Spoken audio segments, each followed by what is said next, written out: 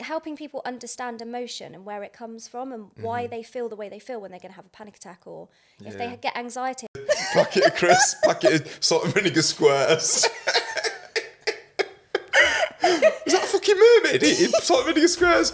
It is, love. Every day I was doing yoga, did my meditation 3 times a day. I wrote my books. I studied and studied and studied quantum physics, metaphysics, neuroscience, all sorts of things. For a relationship the year before lockdown. Yep. And it was a roller coaster, to say the least. And I was in a bad place. I was making bad decisions. I was around drugs and alcohol all the time. You accept it, you remember it, and then you let it go.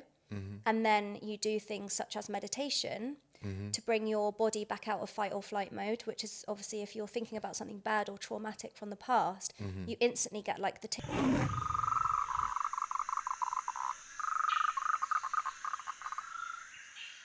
Hi, Jema Fowler. Welcome to the Full Power Podcast. Hello. It's been amazing to have you. Thank you. Excited for this episode. I'm It's gonna excited to be crazy. here. Yeah? Excited to be here. I am. In London excited town. about life. London, first time we've done our podcast in London. Is it? Yeah, man. Oh, no way. Yeah. She's exciting. It's a step for us. Yeah. Always expanding. Yeah. So Jema Fowler. Yes. Jema Fowler. What comes after that? Like on your Instagram, what is it? Jema Fowler? Is it just like you don't have any other text, or is it like Oh, something no, else I do. So Yeah. I am a business and wellness coach. I am a globally published author.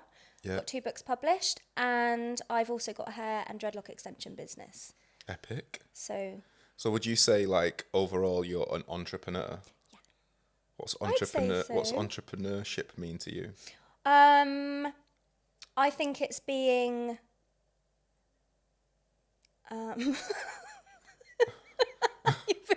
not very good at questions, am I? I'll get there in a minute. I'll start flowing soon. Right, what we'll do is just we'll have silence through this podcast, and then we'll Can go. you do bloopers? We'll do like it's a Vipassana podcast. We're going to be silent meditation. Yeah, can we? And you guys just add the text of what Jemma might be saying, and add the text of the questions that I might ask. And basically, this is a show for just the contestants. I was going to say, for you guys at home to just make whatever you want. No, okay, I can do this. Entrepreneurship to me is somebody that has lots of motivation to do many different things. So I like having numerous businesses. I love learning as well, and I like mastering things. Yep. And I think that's quite a common entrepreneurial trait, is going out of your way to learn new things, master them, get really good at them, pass on that information, starting new businesses, having numerous businesses. But mine's more through passion. I don't do anything that I'm not passionate about. And I think you'll find that with a lot of successful entrepreneurs. They're successful and entrepreneurs because whatever they're doing, they're really passionate about. Yeah, There's yeah. something that they've got that like drive to do, and then they do really well at it. Yeah, because even some entrepreneurs, like their businesses are super varied, but their actual passion is making something successful, not necessarily what that thing is, which is also cool. Like for me, I have to be actually passionate about the product, not passionate about the end result. But so how did the entrepreneurial journey begin then for you? My entrepreneurial journey began definitely just after lockdown. So pretty recent. Okay. Yeah, I'd say so. I mean, I've always kind of done different things. I've always like studied and learnt new things. But I never used to really stick to anything. And then during lockdown, I had heaps of time because I couldn't work because I was in the hair and beauty industry. So everything was kind of shut down. I couldn't do that. Yeah. So I thought, what can I do now? Obviously being quite high energy, I needed to put my energy into something. And one of those things was I needed a lot of healing from a traumatic relationship I come out of just recent to that. So I thought, right, I'm going to learn about like the mind and emotions. I'm going to try and be more mindful, try and start putting like meditation into my life. So my entrepreneurial journey started there as well, because once I'd learned all that, I then wrote it all down and I put it into a book. So I ended up getting books published because I was like, other people need to know this and learn this. Obviously, I already had the hair business, which I'd had running for 15 years anyway. Then I decided to start coaching people. And I became really, really passionate about it. And I just wanted to constantly expand that. then I realized that not only that, in the last kind of year, I've had so many clients be like, I wish I could do what you do. I'm sick of going to work, 9 till 5 job and things like that. So then I found a new passion for helping people start their own businesses and come away from just normal work, 9 till 5 work. And help people start up their own businesses based on their passion. So then I started business coaching as well as like the wellness coaching. Yeah. So it's kind of built up just through my own personal development, learning, and finding a passion for helping other people, I think. It's probably like the main part that's made me a successful entrepreneur in the businesses that I have. Nice. So tell me about the book then. What's the book called? It's called Beyond the Mind. What does it do? What does it do? It opens. It opens. Brilliant. Does it also stand up? Does it stand up? Yeah, if you want it to. Oh, sweet. Yeah. And it lies down? Yeah, and it lies down. Yeah. You can even go and it shuts. Like perfect. Yeah, perfect it's great. Book. Also, it opens, closes. Yeah. It's got words in. And are they readable words? Yeah, very. You've got everything covered. That's a really good point, actually. Go buy it, guys. It's very readable. Can you put a cup on it? So you could also use it as like a coaster. Well, yeah, but you might get coffee on it. Yeah, I know, but that's what a coaster's for. True. You're not getting you don't want a coffee on the table, so now you've got a book. So the book's ambidextrous, is like multifunctional. That's the entrepreneur side of you. It's like, I'm not only making a book, but this can be made like, you can use it to build stuff. You can put a cup on it. You can put it, on a shelf. Yeah. Yeah, so that your shelf looks full. Use them as yoga blocks. But a lot of people use books on shelves just so the bookshelf looks full. They do. They don't fucking read it. Or they put them on the coffee table because they've got like a designer brand on them and they just stack them up for show. But no, it's about mindfulness and meditation, which is something I put into my life during lockdown after a trip to Thailand. And I just found out a lot of... It actually started... I did cognitive behavioural therapy and neuro-linguistic programming as a course because I felt like I needed that therapy myself, and I couldn't get any one-to-one, like face-to-face sessions with anyone because of it being lockdown. And I didn't like the idea of doing it on like Skype or Zoom. It just, I don't know, I felt like I needed like a more personal approach. So I thought, well, instead, why don't I just learn it myself? So I started studying it. Right. And I started learning more about like the emotions, how they work, like... all of those things. Then I integrated the mindfulness and meditation as well, and that combined brought my book together. So it's mostly mindfulness, meditation, and then it's got things like helping people understand emotion and where it comes from and why they feel the way they feel when they're going to have a panic attack, or if they get anxiety and their body feels horrible, like why that happens, what chemicals your brain releases to cause that.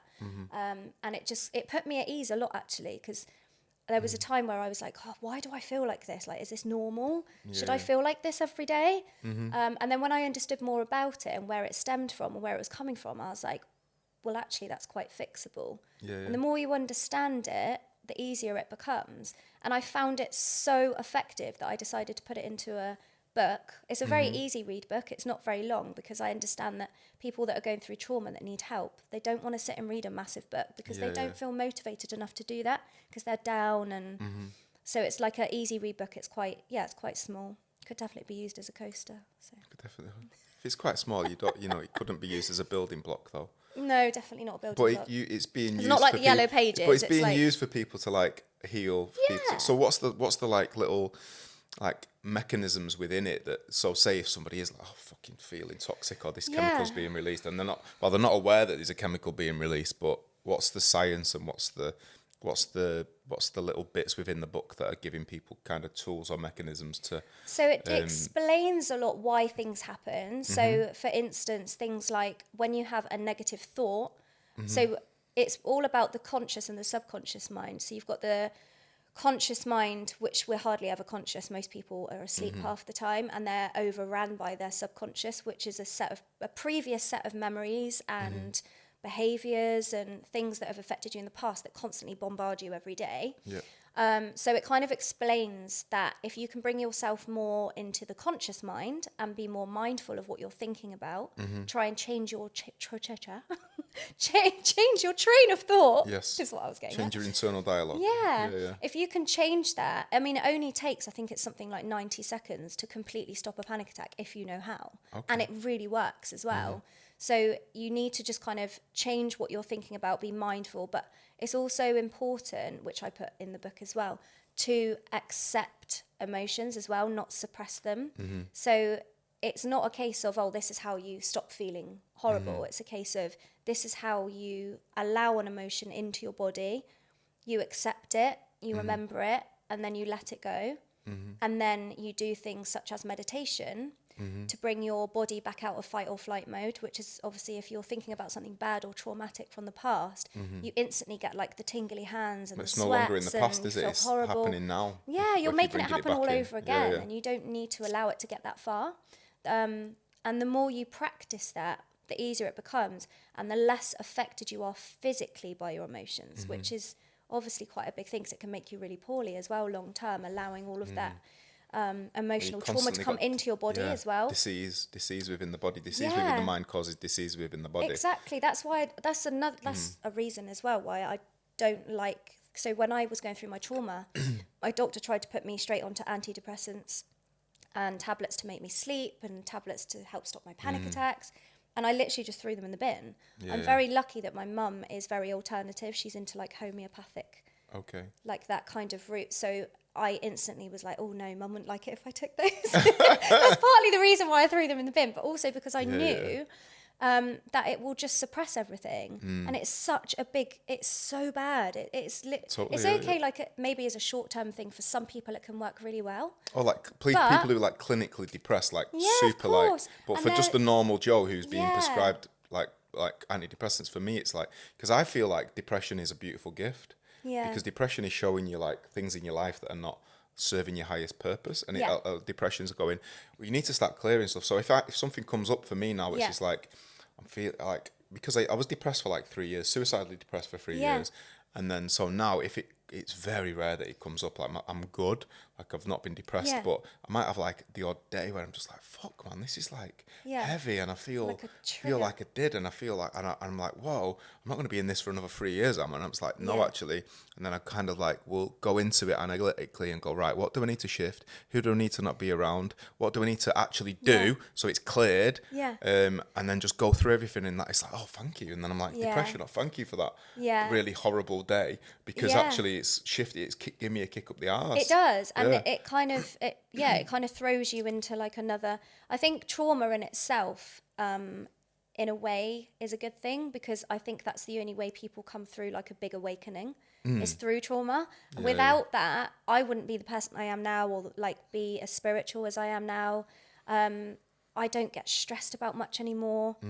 My boyfriend might beg to differ on that, but I mean, in general, the household, like generally, in a household, like if someone puts the beans in the wrong place in my house, I go sick. And things like that, they don't faze me anymore, because it's not important. What's important is being your higher self and being like mentally healthy and mentally strong, and everything will just come to you anyway. I'm big on manifestation as well, and I just don't worry about things anymore. Whereas even before I went through trauma, I was always stressed. I was always erratic. I was always getting sucked into like bad energy and drama. There's so much drama. People love drama. Especially in my previous life, job, work, like all of that kind of stuff. It was just drama all the time. But I think having trauma and having depression, if you do meet somebody that can help you pull you out of it, and it's got like the long term. The thing is with antidepressants, they can be really good short term, but long term they're not an answer. Your brain can't physically release that amount of serotonin by itself when you come off them anyway. You just go numb.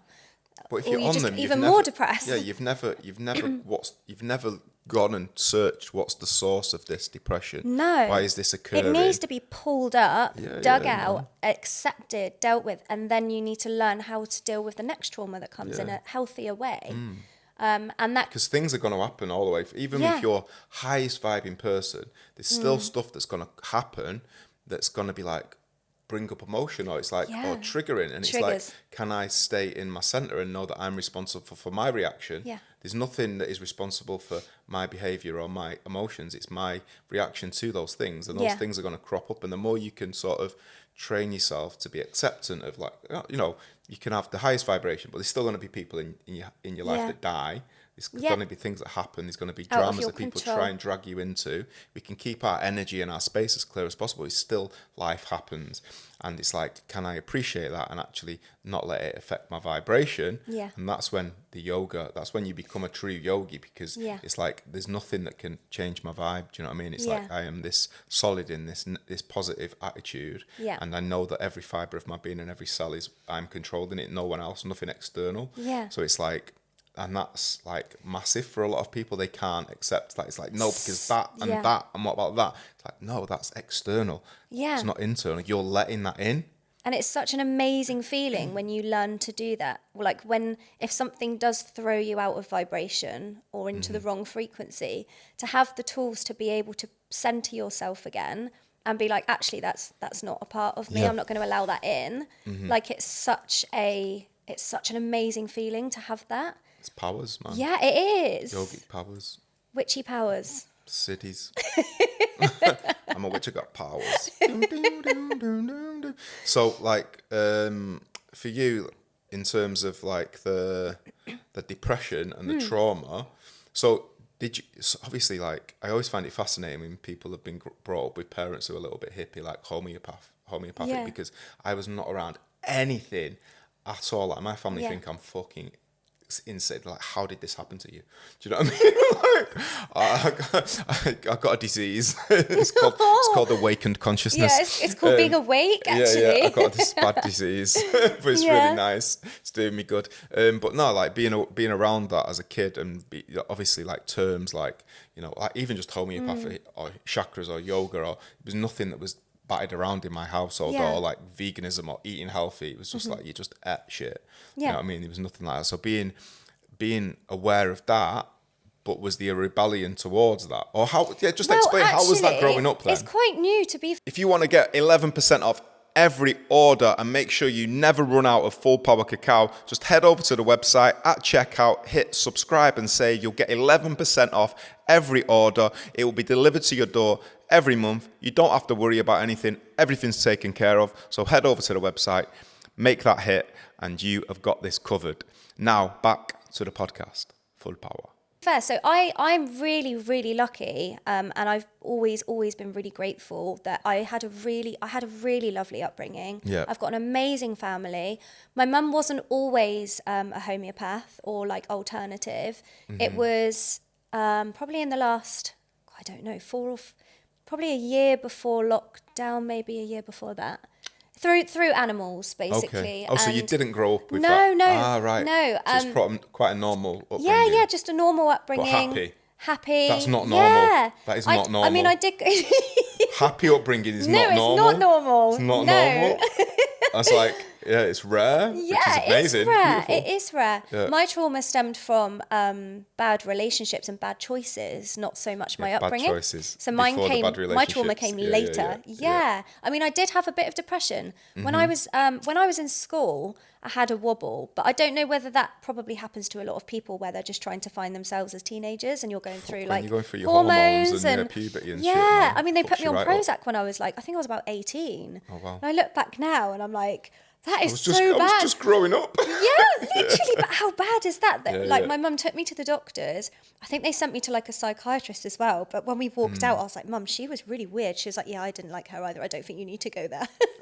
It was like a full on like a child psychiatric ward sort of thing. Okay. But I wasn't actually that bad. I was just struggling a bit. I remember just like crying a lot, and I don't know where it stemmed from. I mean, there's probably some past ancestry trauma that I carried, maybe, I don't know. Yeah. But there was something going on. And the doctor, they like sent me to this psychiatrist, put me on Prozac. And then within 2 weeks, Mum was like, you're coming off them, because they just made me worse. I had every side effect on there. And it was side just, effects, though, Mum was like, I don't think you need these. And I was like, no, I don't think I do either. So I did go through like a little bit of up and down when I was a teenager, but I wouldn't say that was anything, there's nothing horrendous that happened.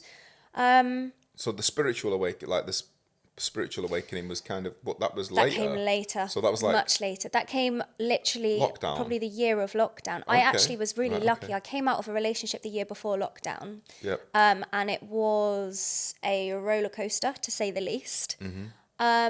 And I was in a bad place. I was making bad decisions. I was around drugs and alcohol all the time. I was working in strip clubs.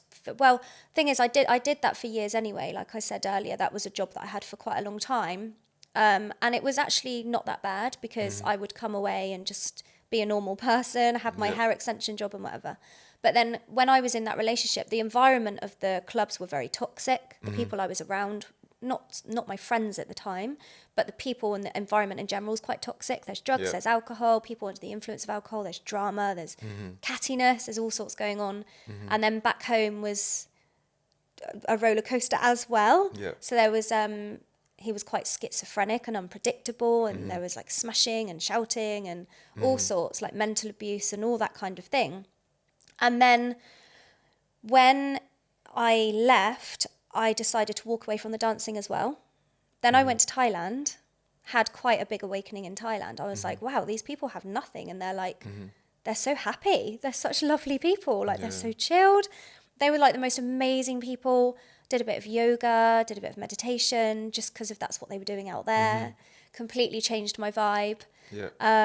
Came back and I thought, right, I need to sort myself out. I need to make a big change. Like, I don't need to be in those environments anymore.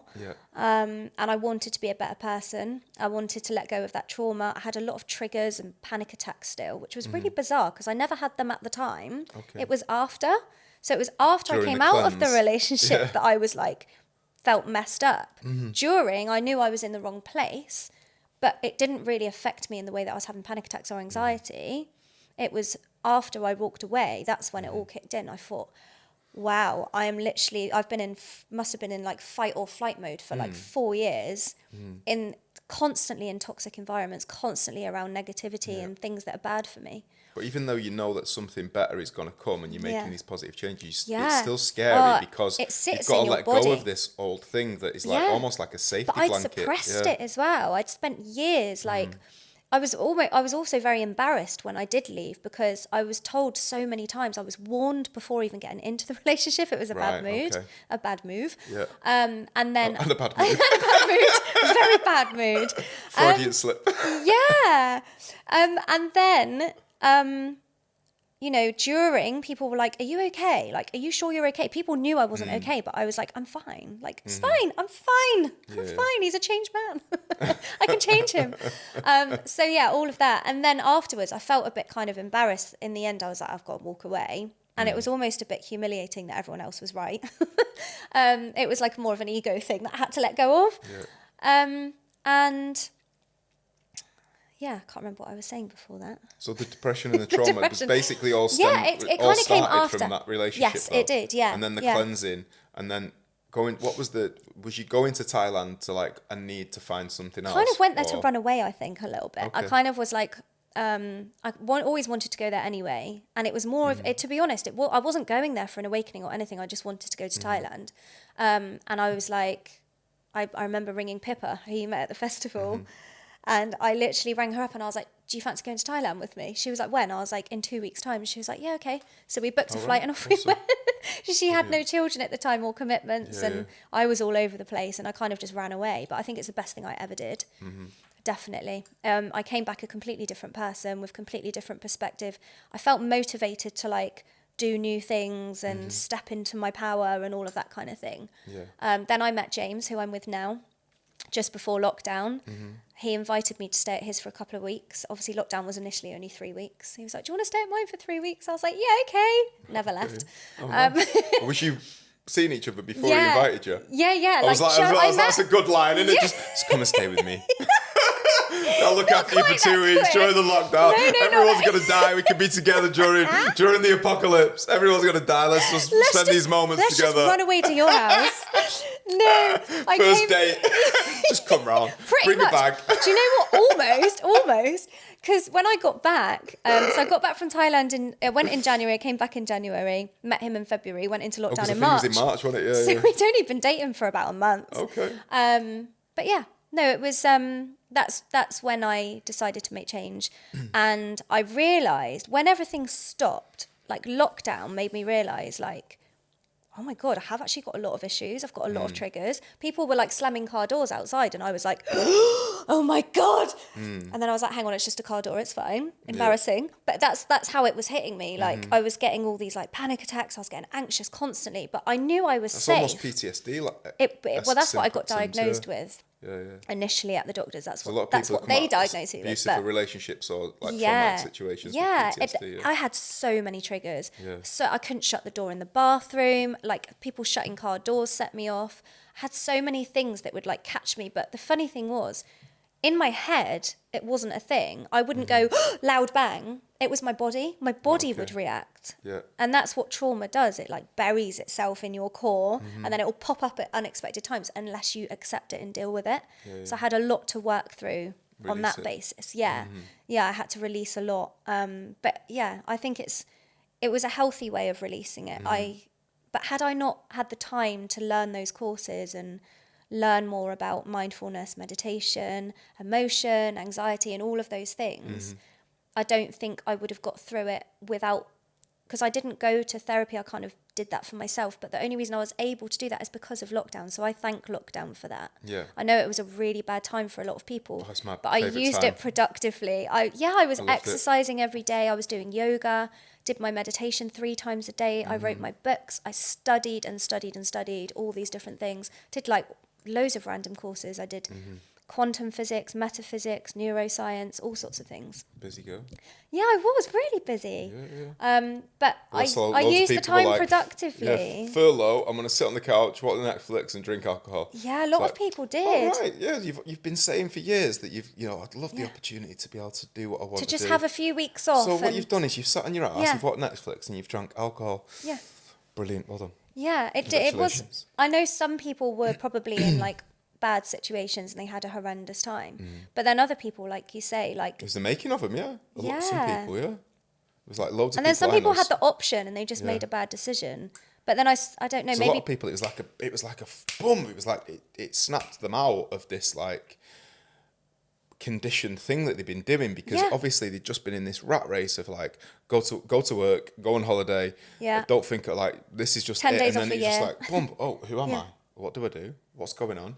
Who are these kids? Oh, these are my kids. Oh, I've got to spend more than an hour with them a day. Oh, do I like them? Oh, fuck. Am I a good dad? Am I a good mum? Boom, boom. All these things. So questioning then people started... everything they've ever done.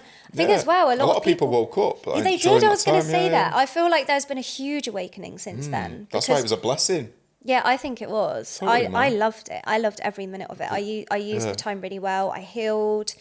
I read. I wrote. I learned. Exercised loads. I loved it. It was, and the weather was amazing.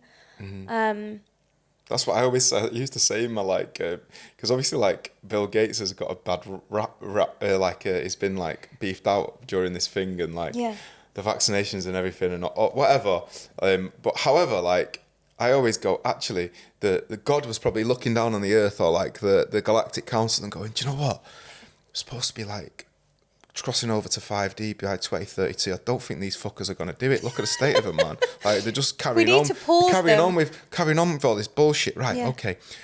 That guy we sent down, Bill Gates, let's get him in.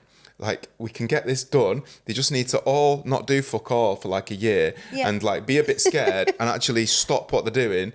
And like, so in a way, he's an angel. Do you know what I mean? Because he like facilitated a lot on, everyone's an angel ultimately, but it's like, it's all part of a bigger picture. So it's to be able to like zoom out and see the bigger picture and go, actually, brilliant, because that's woke loads of people up, and without them doing that, which I know loads of people like, it was bad, shouldn't have done this, everyone's got their opinion on what should have been done, what shouldn't have been done, what was legal, what was illegal. However, it did stop the world it did wake up. There was a mass awakening during 2020.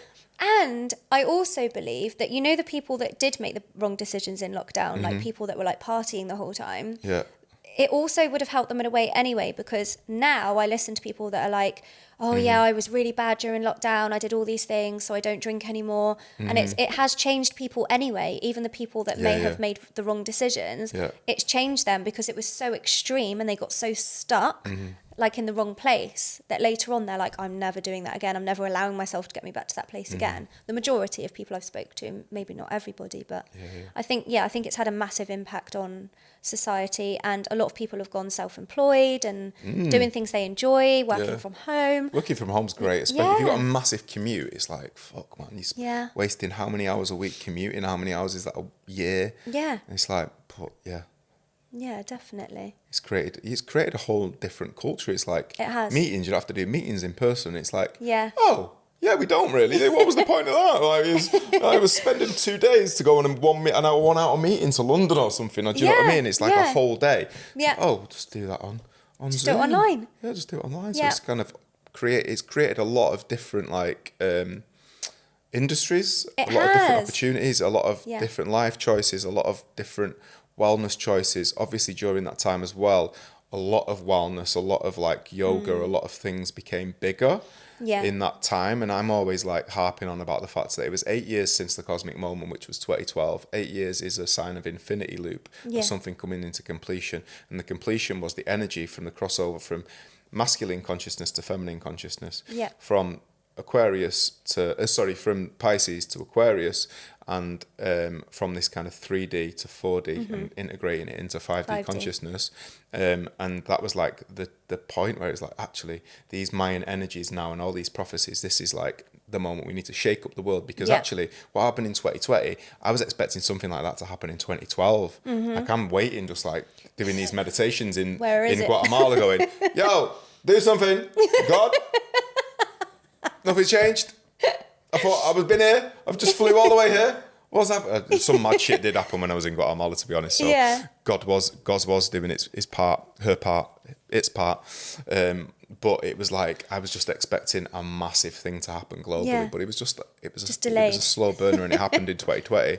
And now we're nearly 5 years on from that, and it's like the world is almost becoming unrecognisable. It is. And it's beautiful. Like the things that are popping up, the things that are becoming popular, like fucking light language all over Instagram, and you're like channeling, and it's like that was so out there in even 2019, 2020. It was like that was so like that was like behind closed doors that me and my mates would do stuff like that. Do you know what I mean? It was very like, oh, that's very hippy dippy. you know, people would kind of be like, oh, that's woohoo weird, but whereas now it's very normal. I think they've even in like a lot of workplaces, they've started integrating like mindfulness meetings and I thought like you were going to say like rooms. 10-minute channeling. We've got to channel for 10 minutes. I've got to bring in the Octarians. We need to do less work with Phillips. They are robbing bastards. Everyone do their yoga stretches and say But I think there's a lot of positive changes going on. But also I think there's still a lot more people that do need awakening, enlightening. But then that's why we're here to help them do it. That's the job, isn't it? Yeah, definitely. Yeah. To keep shining the light. So what was the darkest it ever got for you then? Pitch black. Bad. No, I was in a really very toxic, dark place, consistently surrounded by people that were a very bad influence on me. Like I said, I was surrounded by drugs and alcohol. But was there a moment where you was like, fuck, this is like heavy? Yeah, I did. There was a point where I thought, I wasn't brought up like this. I knew that I was completely out of, like, I just wasn't me at all. And I was in an environment that was really uncomfortable, and I was like forcing it. I was like, I don't know. It was weird. I can't even say that in those 4 or 5 years, I even got used to the environment I was in. I was just kind of winging it, hoping for the best, just arguing with myself. Was it like a specific moment where you was like, because for me, there was like ones where I've gone like, I'm out now. This is too much there was. for me. It was like 4:00 in the morning. I was lying in bed. Boyfriend at the time was asleep next to me. And I just woke up in the night, text my friend. I was like, I'm going to leave. She was like, whatever you do, don't wake him up. So I didn't. I just sent a text message, packed my bag, and off I went. And she called me a taxi. I ran down the road and got a taxi. and just never look back. And then I stopped dancing as well. Because that was another, I wouldn't say it was like a horrendous time in my life, but I was still in a very toxic environment all the time. And I was, I wasn't getting much sleep. I was drinking Red Bull all the time or alcohol. There was a lot of toxicity around me. And I let that go as well. I just let all of these things go all at once. And I was like, wow, didn't know I could do that. But was that like a build up of like, I'm going to do it, I'm going to do it, I'm going to do it, I'm going to do it, I'm going to do it. And then finally, there were times like, where I'd attempted it and it just didn't happen. Yeah. Oh, okay. Yeah. I mean, there was one time when I tried to leave and I wasn't able to. I wasn't allowed to, actually. So that was quite scary. So then that kind of made me think, oh, actually, no, I'm not going to do that, because I was scared. And then, one day I was like, do you know what? I've had enough. This isn't me. What am I doing? Wake up. And I did. It's like a switch flicked and I just left. And that was the end of 2019? Yeah, I mean, it did. I'm not saying that it was like over that quickly. It took a couple of months for things to settle. Had to sofa hop for a while. I went bankrupt. That's another massive milestone in my life that happened at the same time. So that was, I'd stopped dancing. I was earning a lot of money. I was in a toxic environment, but I was earning a lot of money. I could do what I want all the time. But I also got myself into loads of debt. It wasn't just my fault, but I did. So not only did I come out of this like traumatic relationship and like a dark time in my life, I also went bankrupt and I had nothing. I went from having like everything. I had a nice car, had a dog which had been put down not long before as well, and he was like my child. There was so many like trauma elements that all happened at once, and it was like, this is a lot. I've got no job, just left my partner, I'm traumatized. I've just been in like a really toxic environment for a really long time, and I've got a lot of a lot of things that I'd done and seen that I wouldn't even want to write or talk about. Hi guys, my book Deal It's a Healer is available on our website www.fullpowercacao.com. You can also get it on Amazon, Audible, Kindle, wherever you read and do your thing. It is an amazing tale of my life and my journey towards a better version of myself. All the twists and turns, all the traumas, all the funny stories, everything that's happened. It's my life story. It's supporting and inspiring lots and lots of people. So head over to the website, head over to Amazon, get the book, let us know what you think. Big love. Damn it! No. Fuck's sake. Well, sorry about that, guys. She's just like teasing you now. Some things I just got to keep to myself. But that's fair enough. Yeah, there was a lot. There was a lot that went on. And you can write a book in 20 years when it's like settled. Yeah, definitely. Yeah. When I don't live in this country. Maybe. When I live on an island somewhere. But yeah, it was a lot. I felt like I had nothing. I hit rock bottom.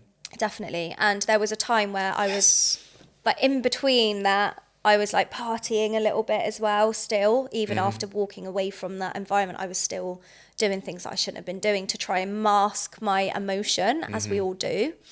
But then I started to rebuild myself. It was all because of Thailand. I blame Thailand. It was the most amazing experience. Thailand's I just fault. went to Thailand, came back, and I was just a completely different person. So if anyone's really, really depressed in a bad place, just go to Thailand. Or go to wherever's calling you. It's a different place. Go to where's calling you. But a country, a third world country where, where it's a different culture, different way of life. Yeah, 100%. Whether it's India or, for me, those countries, like, spiritual countries that are very, like, they're spiritual, they're cultural, they hold on to their, like, ancestry. Whereas here, I feel like we don't really have that much culture left over here, I don't think. You've got like different religions and things, but it's also like regimented and brainwashy. Whereas when you go to countries that are like Buddhism countries, Hindu countries, like different countries with different kind of... Yeah, because kind of European, Western, spiritual. It's quite similar wherever you go. Even though they might speak different languages, different food, the culture's quite it's flat. Similar it's in quite a lot flat, of ways. Yeah, that's what I was thinking about this actually. I don't know if it was when we were doing a podcast yesterday, but it was like, I was thinking about, when people go, well, why has India got so many gurus and enlightened people like born there? It's like, because they'd kill them over it. Yeah, because they all get in a psychiatric like ward. Do you know what I mean? Like or they give them special pills. Yeah, exactly. Well, it's like you can't do that. But I think a lot of now it's becoming more accepted in the West. Like if what I do would have been 50 years ago, I would have been sectioned. Do you know what I mean? 100%. 100 years ago, I would have been burnt at the stake. Yeah, burnt at the stake. Yeah, exactly. Or drowned. So you're a full-time witch. Is that right? Or part-time, sorry. She only does 16 hours a week, which... Always full-time. But that's actually a new journey for me. So when I was younger, I was always loving like crystals and all like the witchy things. I used to love it. But I wouldn't say I'd practiced when I was younger. It's only you didn't have probably your own in the last cauldron. couple of years. And that's through a friend that I actually made that I never used to be friends with. Yeah. I've got a friend that I met when I was dancing and I just never used to vibe with her. We didn't really like each other. And then randomly crossed paths again after and became really good friends. And she's a witch. And her like great-great-grandmother's a witch. And we just gelled and she just taught me, she kind of saw it in me and I was constantly asking questions and I just went on this new journey with her basically. And that's like brought out my inner witch. But my mum always says to me, you were definitely a witch in your past life. And I think I was drowned. Yeah. I think most, like men as well, but most women have been witches in past lives and 100%. Been burnt at the stake. And that's the thing that's beautiful about now. It's like you can do those things that now is the time to blossom into that kind of like 100%. You just find it as well. Yeah. Like it just clicks. I didn't really go looking for it. I was just drawn to it all. Is it, sorry, you can go more deeper into that, but there was a thing that I read about, do you know, like a broomstick, like a witch's broomstick? What? Go on. Do you know this? It depends what you're going to say because people have different opinions on it. The broomstick is like, history. They weren't actually flying a broomstick. No. But they were like, they'd use almost like a dildo to insert a psychedelic and then that would make them fly into like the multiverse. It's true. Right, yeah, okay. It's true. So I didn't just make that up. No, you didn't. I made this up. I've heard a couple of like, not theories, but historical stories. Yeah. But no, that is a thing. Yeah. Nice. Yeah, it was a sex toy, so to yeah, speak. but with psychedelics. But yeah, with more spiritual. Well, not psychedelics, but like spiritual journeying, adventuring, and probably getting spells and recipes and things for more alchemy. Yeah.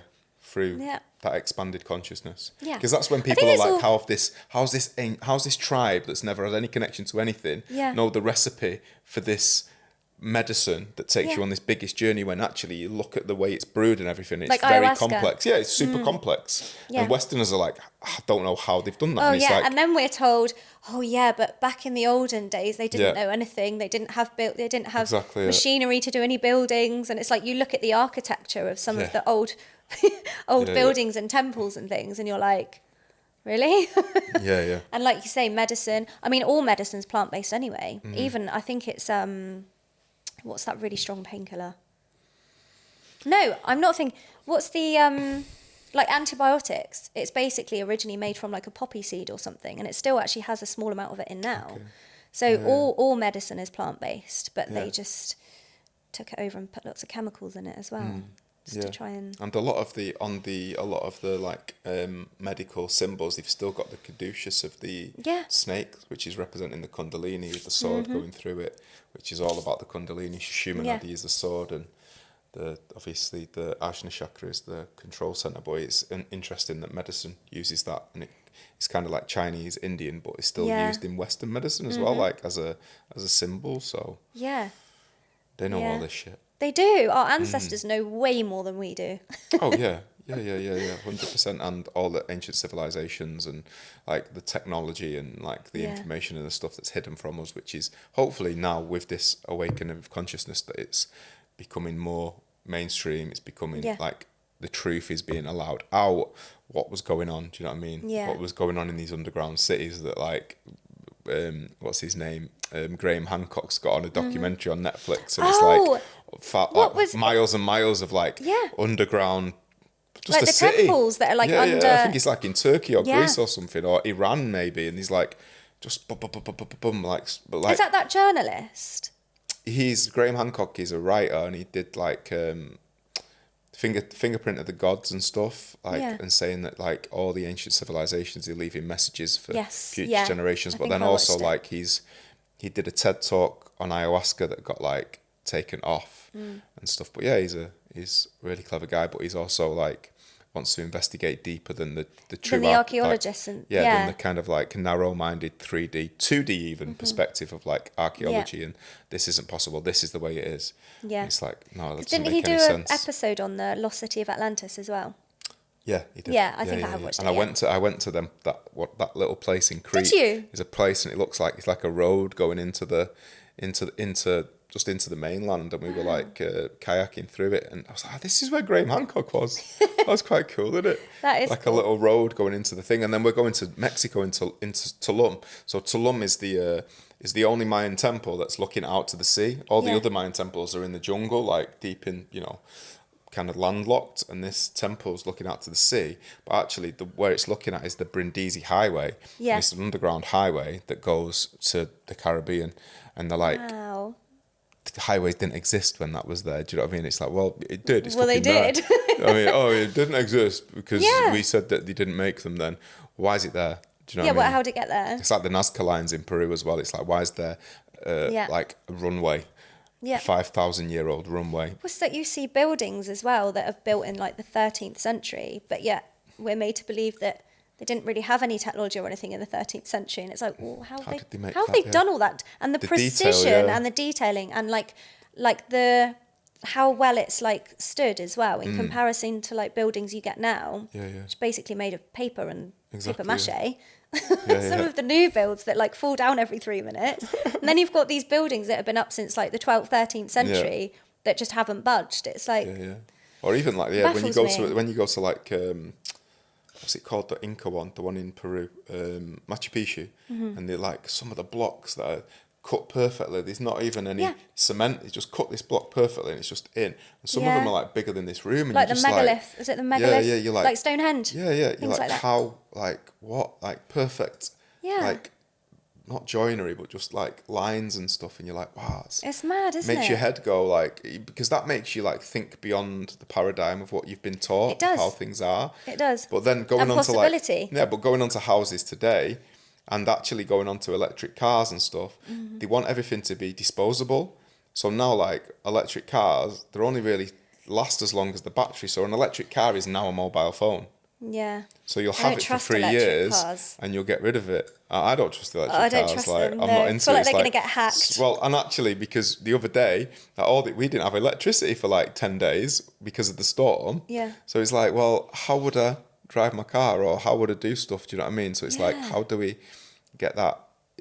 Just that total reliance on one thing that can be turned off. Someone can just turn it off. Exactly. And it's like, you know, we'll take control of it. Ugh. It's interesting. It is interesting. Yeah, I've never vibed off electric cars. I still want to know how Stonehenge got there. The stones are actually from the blue stones are from where I live in Wales. Yeah, and they're the big one in the middle is from Scotland, southern Scotland. I saw it in a documentary because they did loads of tests on it. Someone carried it all the way on his back. He was a giant. So there was either giants or there was alternative technology. Well, there must have been.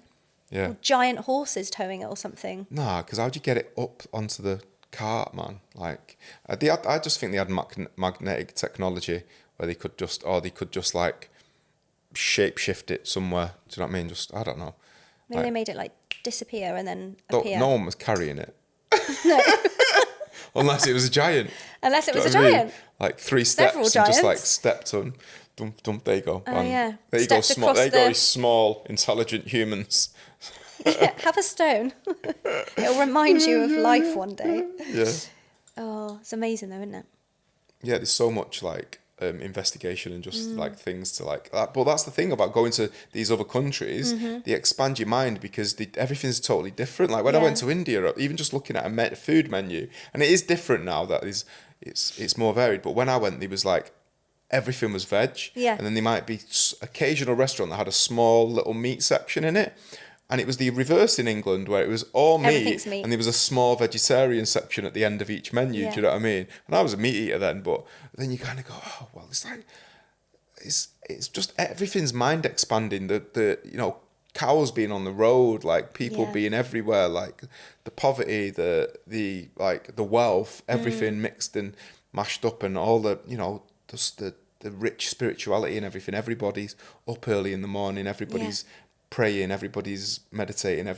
Even when you realize what the paste on the third eye is for this awakened wider perspective, and to be able to open your pineal gland and your pituitary gland and to see more than the 3D 5 senses. Do you know what I mean? And it's like, You're like, wow, like, you do that every day. It's Yeah, like, yeah. When I was in Thailand, I would just naturally wake up at about 5 a.m. Obviously, the time zone difference would have contributed to that. But we'd flown for like all night. I'd barely slept on the plane. Went to bed. I think I only had about 4 hours sleep. I woke up, the sun was coming through the window. I was so wide awake. I had so much energy. I was like, how? And then I'd go down to the beach. I'd do some yoga because other people were doing yoga. So I was just kind of copying what they were doing. And I was like, this is amazing. This makes me feel really good. Did a few like meditations and met, like, I remember not talking to, but I met a monk. Can't remember where he was.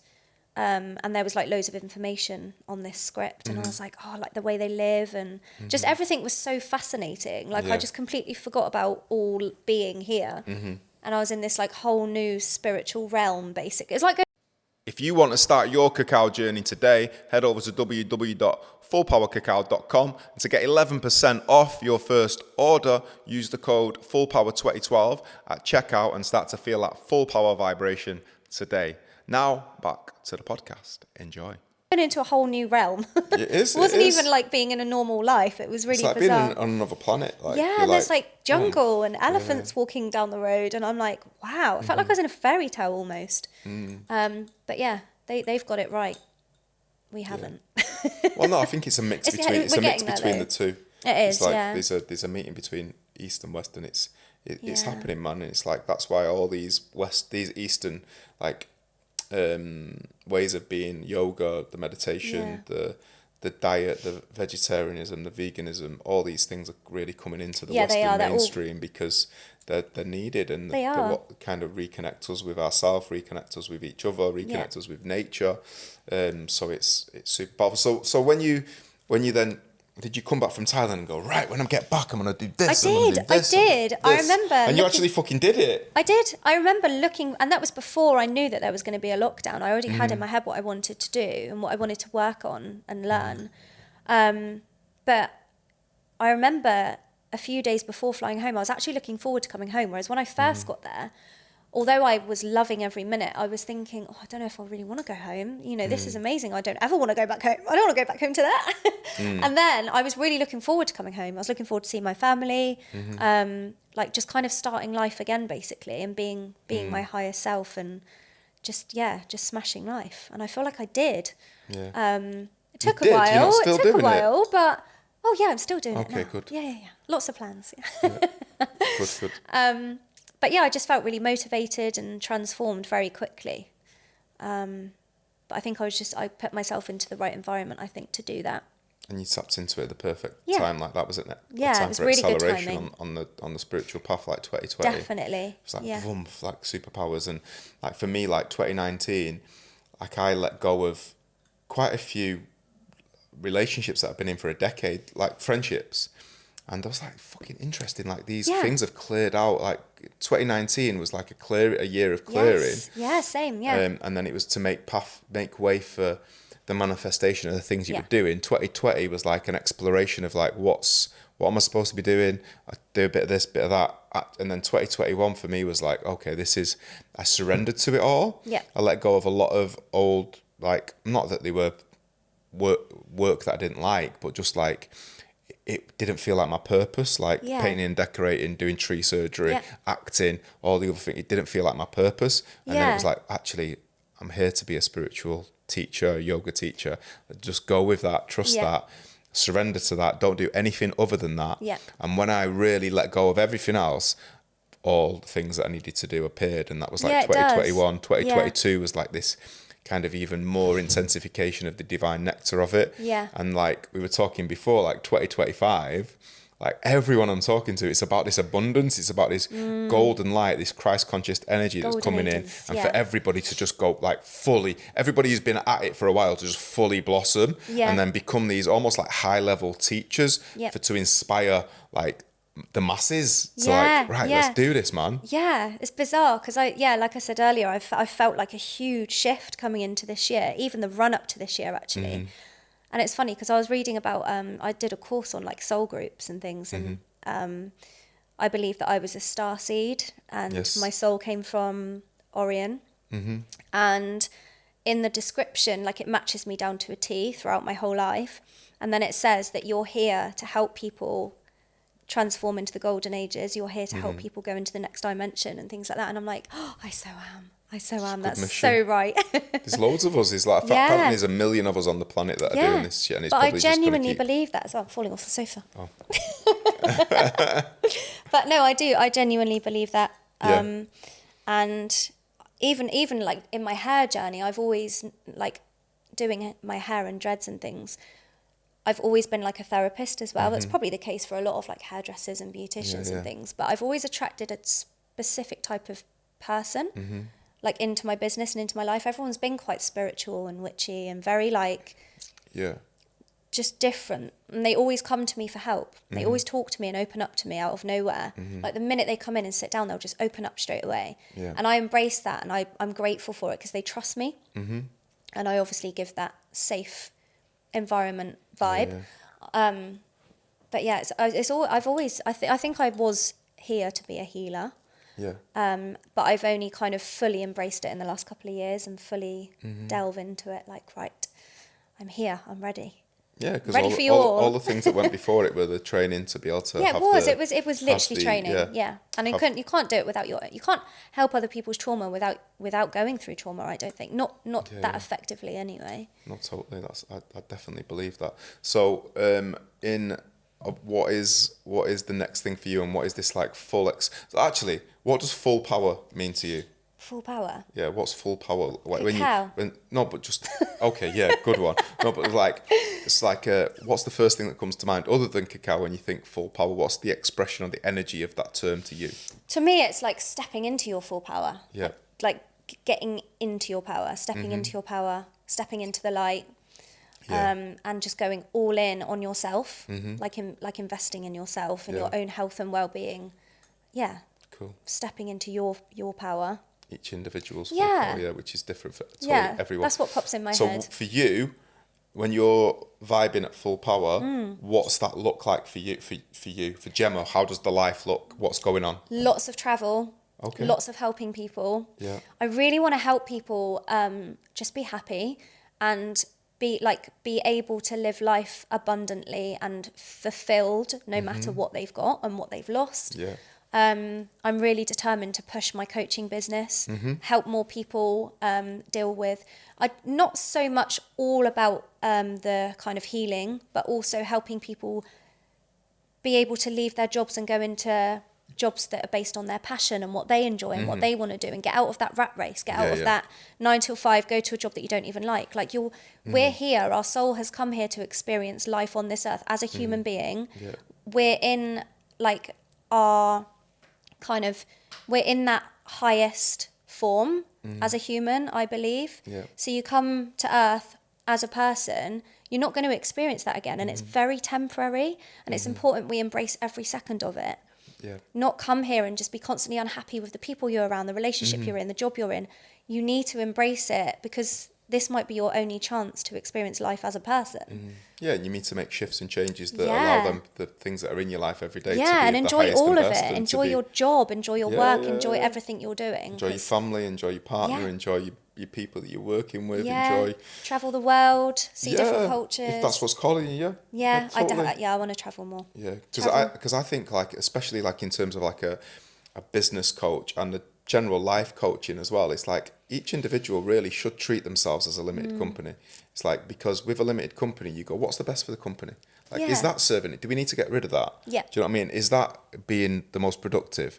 And when you're this autonomous thing, you're looking after that to the best of its ability. Yeah. So if everyone's set them up as a limited company, so it's like, for me, everybody should be almost like self-employed, but you can also just set yourself up as a limited company as a person. Yeah. Do you know what I mean? And then just operate it through that, because then every time you're working for someone, you should be getting the true value. Yeah. So when you're working for a company, usually, like, they're getting paid from the client like 3-4 times what they pay you per hour. So it's like, actually, but then people are like, well, I can't take that leap because it's not guaranteed. And it's like, yeah, but if you're earning 4 times as much, you can have 3 weeks off without getting paid. Do you know what I mean? Yeah, and there's so many limitations as well when you're working for like a big company. Not that I'm against that, but for me, I found it difficult because I did 2 years working in London. Actually, I did step away from self-employment straight after lockdown, just because financially, I wanted to kind of get myself back together, and kind of self-employment was very difficult for a couple of years after to rebuild everything. So I thought, right, I'll still have the hair business on the side, but I'm going to go into employment. But I hated every second of it. And I literally left like less than 2 years in. I was like, this is not for me. I think employment's good for learning stuff. Absolutely. If you want to go in and learn loads. a specific thing. Or I learned like, so many new skills. Yeah, especially like working as a team again and things like that. And networking. Like I never used to really network or work as a team. I always just worked for myself and myself only. Working in when I did recruitment in London, it pushed me out of my comfort zone. I was having to work with people, and I was having, to accept people telling me what I need to do, and I don't like being told what to do, but it taught me a lot and it was good for me. But I feel like, you're limited on how much holiday you can take. Your time, you're paid by the hour, and I just don't like that concept at all. It just doesn't sit right with me. Like, our time is limited. Well, you're not even paid by the hour with most companies. You're paid a salary, so it doesn't matter. Or you could work 16 hours a day and you only get paid this. But I feel like it's just, amount, for me, it wasn't enough anyway. It's like... you have more control. Life looks like travelling, supporting people, doing the coaching, any other entrepreneurial avenues that you're going to explore. I want to finish writing my 3rd book this year, and I want it to be like a really big one. I want to integrate everything into it. Lots and lots of elements, like a book to help people awaken. Okay. So I really want to focus on that this year, but I keep kind of waking up in the night with more ideas bouncing around my head, and I'm like, I need to write about this. I need to write, but half the time I forget to write it down as well, and I'm like, If it's not written in the night, well, no, then you've got your phone on. Just write it down. Just write it down. It'll come back. If it's supposed to come out, it'll come back. Yeah, it will. Yeah. But I'm excited about that. Really want to get my 3rd book published this year. By the end of the year. I want to travel as much as I can. I want to push the coaching business. Where do you want to travel? I want to travel. I want to go back to Thailand. I'm going to Bali in May, which is booked. I want to go back to Thailand in the winter. I'd like to explore other countries, but I think what I might do is try and have an extended amount of time in Bali and Thailand if I can, and stay there for longer. And then, whatever comes in between comes in between. But I'm not going to pressure myself. What I don't like to do is I like to manifest and write down goals and things, but I don't put myself under stress to have to achieve every single one, because then you can get frustrated with yourself. I just think write them down, forget about them, and just write them down. Let the universe bring what's things, right, and then it will happen. Because the universe has probably most of the time got something I just better rely on waiting the for universe. I just surrender to it now. That's what I do. Amazing. 100%. Yeah. Where do people find your books? Oh, so my books are published in all bookstores. So W.H. Smith's, Foyles, Waterstones, Hatchard's, like all of the main retail stores. But to be honest, I would just get it on Amazon because it comes the next day and it's cheaper.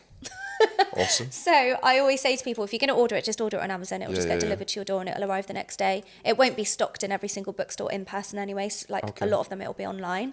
Amazon. My second one is more about manifestation. My first one is about mindfulness, meditation, and just kind of managing your emotion and understanding your emotion. Awesome. So Amazon, I'd say. Exciting. And then how do people find you on the world of social media? Socials. So Jemma _life coach is my coaching page. Hair and dreadlocks is Candy Crime Hair. Okay. But the life. I've got a website as well, which is www.gemmalifecoach.com. Awesome. Beautiful. I think it is. Yeah. You sure about that? Yeah, I think so. Yeah, no, it is.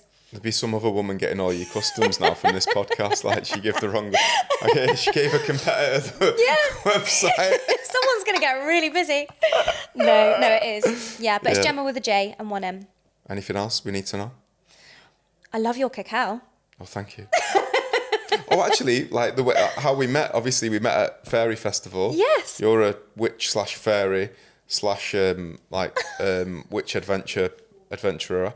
And loving this new description of me. And obviously you was perfectly prepared for that festival with your umbrella/gazebo. Collapsing gazebo.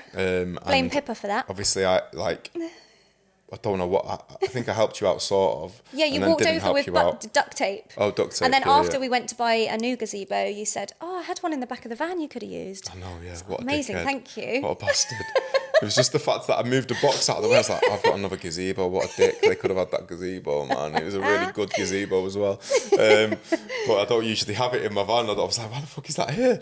And then obviously you had the cacao. You hadn't had the cacao before, had you? No, I hadn't. Yeah. No, I think I was saying something along the lines of I really need to go and find I always have mocha in the morning. Religiously, I have to have my coffee. And then you were like, I think I said that. And I was near the tent and you went, oh no, you don't want coffee, you want this. I was like, what is it? And then you gave me some and I was like, it's not going to make me feel weird, is it? I don't know. I think I was under the assumption it has something weird in it. Mushrooms in it. Like mushrooms or something. I was like, is it going to make me trip? I wouldn't be doing it for free. Like, no. So anyway, yeah, tried it, felt incredible. And then I had it every day at the festival, a couple times a day. And then that's all I drank when I got home. I have broken the habit a couple of times and gone back to coffee, but then I go back to cacao because coffee actually makes me feel rubbish. Yeah. Cacao makes you feel, if you want to have it before bed and chill, it makes you feel really chilled. And then if you want it to wake you up, it'll wake you up. It's like magic in a cup. It just does what you want it to do. It's brilliant. Yeah, it's like Ron Seal. It is. Yeah. And now your partner is... James is now hooked as well. He keeps drinking it all. He's converted. He absolutely loves it. Yeah, it does do amazing things though. It makes you feel like it really does make you feel different. It makes you feel really calm. Makes me quite focused as well. I find it gives me a lot of like clarity and focus. Creative inspiration as well. It does. Because it's oxygenating the brain so you can access more parts of the brain. Yeah. Definitely encouraging makes stem a difference. cell regeneration, so it's really good for cognition. Loads of tests been done on it about Alzheimer's as well. The early onset of Alzheimer's, just 6 grams a day, and we suggest you have 20 to between 15 and 20 grams a day at least. So it's like definitely helps because I feel like as well in the last couple of years I've struggled with memory. I don't know where it came from, whether it was a deficiency or something, but I'd constantly forget what I was going to say. I wasn't as creative. I thought, where's this come from? Because my mind's always been really sharp, and I found a lot of other people are saying the same. But cacao definitely changes that as well. Yeah, man. Yeah, it's magic. Clarity makes you see. Love a song, don't you? Awesome. Yeah, be like my dad when I'm older. Every time he does a sentence, he's a song in it. Like Jesus, Dad. Awesome. Thanks for coming on the show. It's been an absolute pleasure. Me. I've loved it. Really appreciate your time. It's your first podcast. I think it is. I was amazing. Petrified. I actually forget that some people come on and they're like, "Oh, this is an uncomfortable environment." I know. Yeah, but you've done amazing. Go and do more podcasts. Go and speak more. Tell people about your books. And 2025 will be magical. Will be abundant. And let us know how you get on. I will. How your full shine looks and how your full power looks in 2025. I will. God bless you. Thank you very much. Have a wonderful one. Thank you so much. Thank you. Lots of love.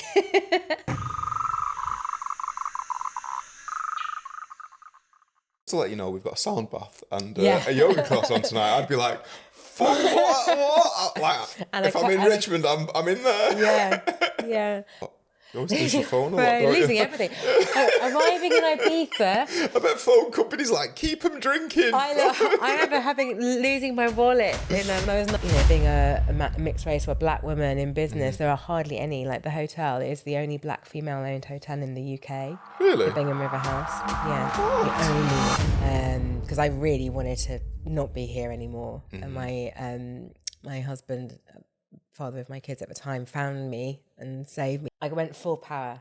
Getting up at 5 got me full power. There was like so many new things came in. That's like a shift for me. And I started doing this Joy Razor and creating these facilitating these massive events that I'd never done. Amazing. That off the